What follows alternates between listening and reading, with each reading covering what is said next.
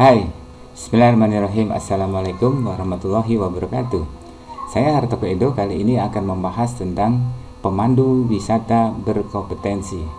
Dalam hal ini, saya tidak membutuhkan seorang tour guide yang berkompeten jika dia tidak bisa mengimplementasikan atau yang disebut sebagai tour guide kompetensi.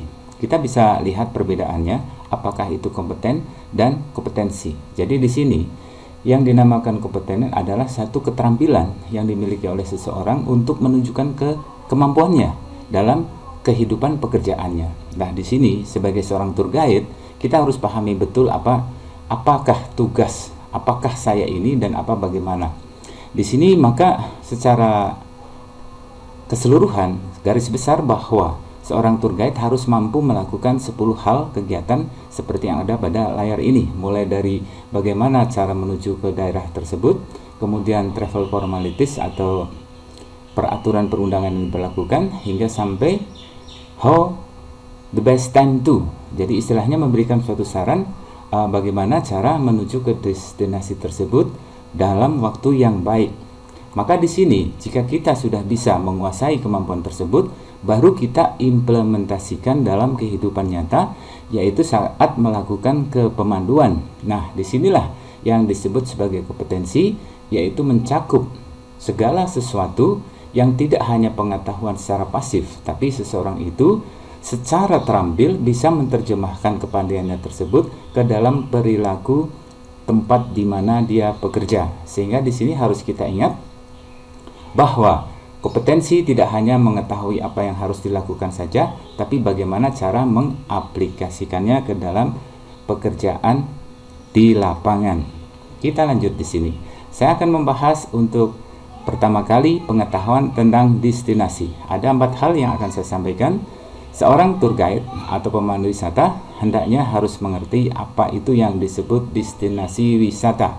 Silahkan kita pelajari bahwa destinasi pariwisata itu merupakan salah satu kawasan geografis yang berada di dalam satu atau lebih beberapa wilayah administratif yang di dalamnya terdapat 1. Daya tarik wisata, 2. Fasilitas umum, 3. Fasilitas pariwisata, accessibilities, serta masyarakat yang saling terkait dan melengkapi di dalam perwujudnya kepariwisataan di destinasi tersebut. Sebuah destinasi tidak akan bisa berjaya atau disukai oleh orang jika tidak memiliki 5A. Jadi yang namanya 5A, yang pertama adalah accessibility, yang kedua adalah akomodasi, yang ketiga atraksi, yang keempat activity, dan yang kelima adalah ambience. Jadi ambience itu bagaimana seseorang itu merasa kerasan, betah, ingin berlama-lama di daerah wisata tersebut. Next kita lanjutkan. Untuk yang elemen kedua, kita harus memahami kondisi khusus destinasi yang bagaimana. Jadi yang namanya destinasi wisata secara khusus itu adalah merupakan memiliki dari 6, memiliki minimal 6 dari ketentuan yang dijadikan suatu parameter destinasi itu bisa menjadi daya tarik yang luar biasa memikat wisatawan. Yang pertama adalah memiliki suatu khas ciri objek wisata, jadi tidak dijumpai di tempat yang lain. Kemudian unik. Nah, unik ini lebih spesifik, dan ini yang namanya unik berarti sangat langka. Kemudian sarana dan prasarana, aksesibilitas, budaya, adat istiadat dan seterusnya, serta teknologi. Elemen yang ketiga, kita bahas definisi wisatawan.